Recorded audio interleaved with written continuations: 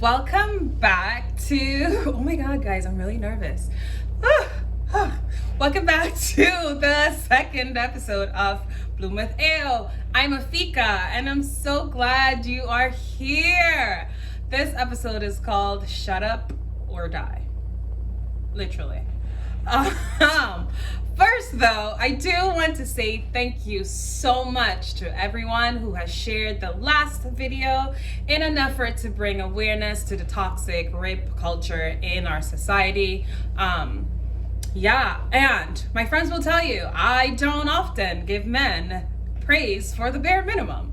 But in conversations about rape, men often slither to the background. So I do want to take this time to give a special shout out to all the men who called me on the phone, texted me, emailed me, DM'd me on Instagram, Facebook, WhatsApp me. Thank you so much for reaching out and for showing support, because I did check the data before coming on here, and 70% of the viewers were women and 30% were men, which means almost all of the men who viewed the last video contacted me, and I am so grateful. It is really important that as men, you amplify the voices of victims and speak up against rape and rape culture. So thank you for not being complicit in this culture of rape. We will get to all the other ways that you are complicit, but right now I do want to just say thank you to the woman. Oh my God. Thank you.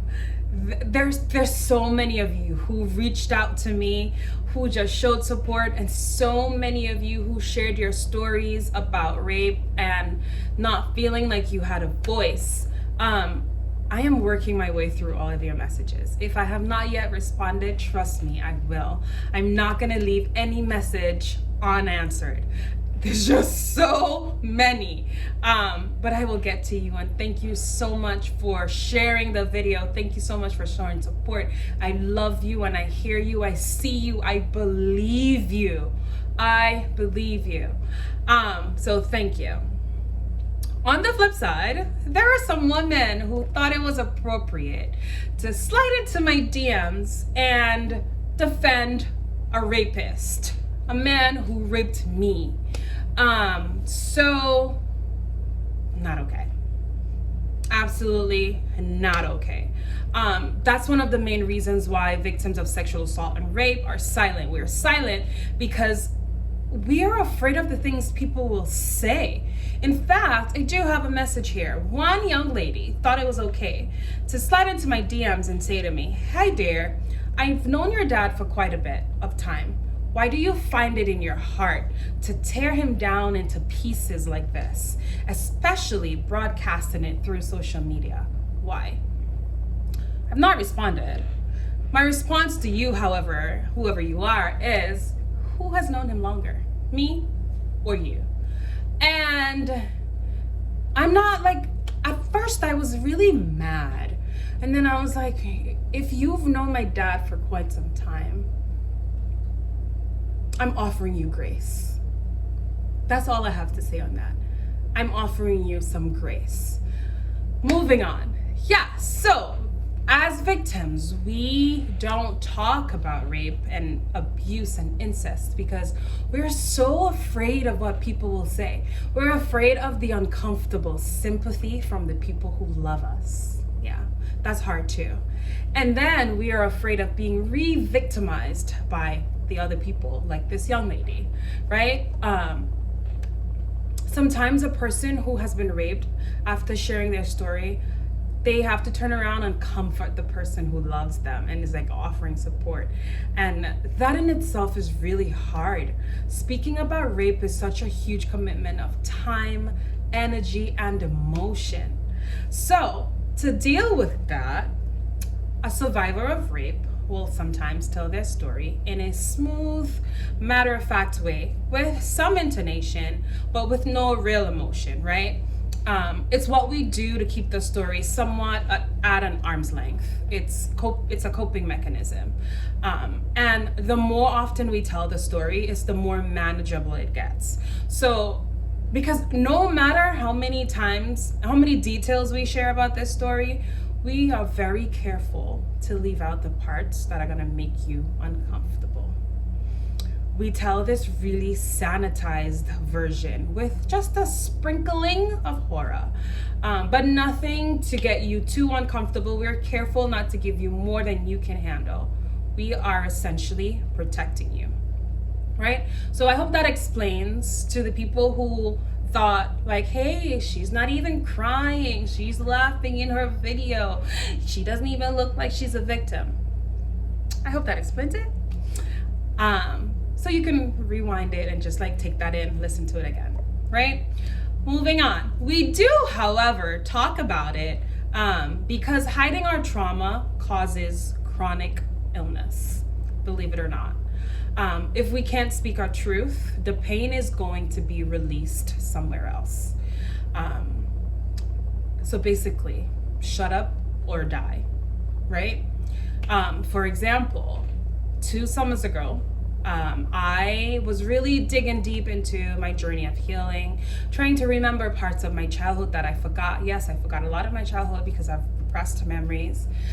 So I was like digging deep into my journey of healing, trying to figure out like, why did this man do this to me, right? And out of nowhere, I was actually on vacation. I was on a cruise and I started getting the most ridiculously painful migraines of my life. I've had surgery and I've never felt pain like these migraines before. It was so horrible. The migraines were so bad that I started having at that time something that appeared to be seizures. I would have the pain, I will seize for quite some time, for like less than a minute, but I would have a seizure. And I didn't have a history of epilepsy. Like, I could not understand what was happening. To date, I've seen 5 neurologists. 3 of them have said, yeah, you are having seizures, my friend. And 1 neurologist actually said, you're having a stroke. And the last one, which is currently the one I go to right now, he's more of a holistic, but he's still science-based, but the whole person. And he learned more about me and he was like, no, you are having a physical response to the trauma that you are working through in therapy. And he suggested, what's funny is him and my therapist at the same time suggested I read this book called The Body Keeps the Score. I really wanted to have the book in the frame right now and it's over there, but I'm not gonna go get it. I will share it on Instagram. It's called The Body Keeps the Score. That neurologist and my therapist both suggested that I read that book around the same time.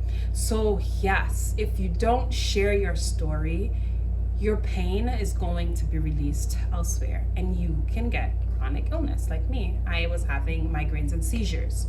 So with that, I later, so imagine going through all of that and then being told that like you're a liar or like you should protect your dad. He took care of you.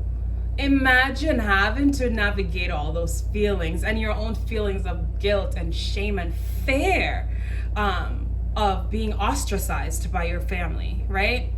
So you were quite literally telling someone who was speaking about their story, you're re-victimizing them and telling them you either shut up or like you died. That's the alternative you're giving them. Stop talking and then they're like gonna die. I'm not even gonna sugarcoat it. So that's not okay. So as a society, because I feel like I'm getting off topic now.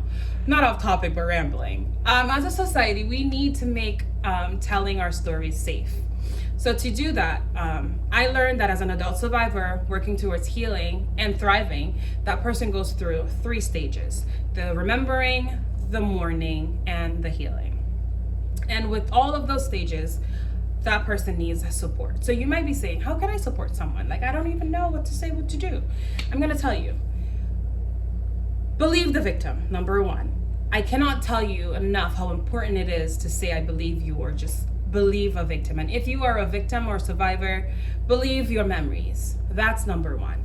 Number 2, do not say, unless you have been a victim yourself, I know how you feel. Because you do not. You do not know how it feels. What you can say, however, is it was not your fault. I believe you, and it's not your fault, right? Number 3, love and support the survivor. Hold space for them. Social support is not the same as merely being in the presence of others. The critical issue here is reciprocity. Being truly heard and seen by the people around us, feeling like you are being held. There's no prescription a doctor can write for love and support and friendship, right? So love and support the survivor. Number 4, encourage the survivor to get help and heal.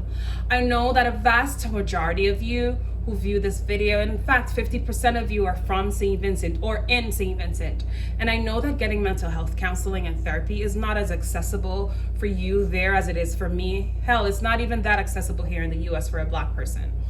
But everyone has social media and access to literature and books, articles. Find therapists to follow on Instagram. A lot of my healing outside of my therapy happens through therapists I follow on Instagram. DM me, email me. I will show you the pages to follow. I will send you books to read. I will send you articles. So encourage the survivor to find help and to heal. Number 5, understand that healing is a journey. It's not a one-stop place. If you are a survivor, I encourage you to keep a journal. It allows you to look back and see your growth. I don't traditionally write in a journal all the time. I do, but most often I use these journaling apps on my phone that is more accessible because sometimes things strike me in weird places, so I start journaling in my phone. But I love being able to look back and be like, on January 2nd, 2017, this is how I felt, this is where I was.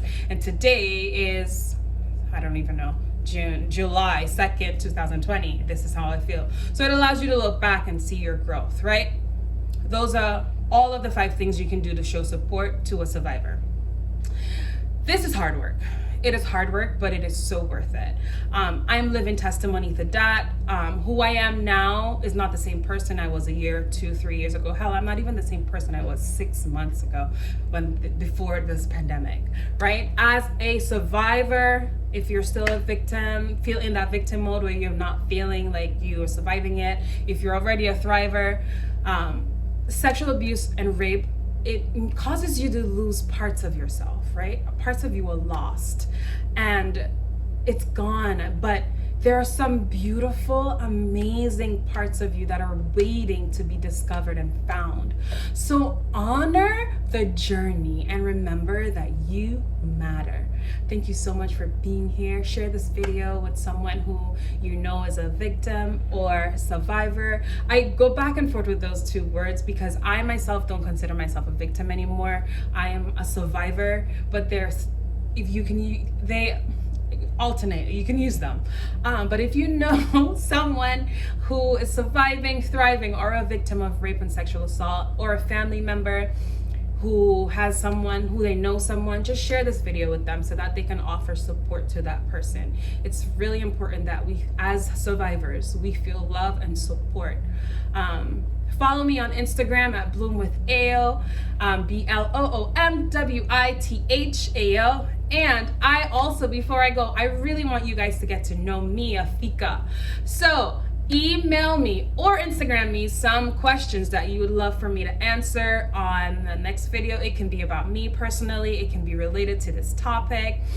Don't ask me if I'm dating or whatever. That's personal, but you know what I do want you to get to know me. So email me at bloomwithao@gmail.com. That's BLOOMWITHAO@gmail.com. Thank you so much for being here. I look forward to coming back, and I love you. I don't even have to know you. You, the person who you, yes, you, I love you. Bye-bye.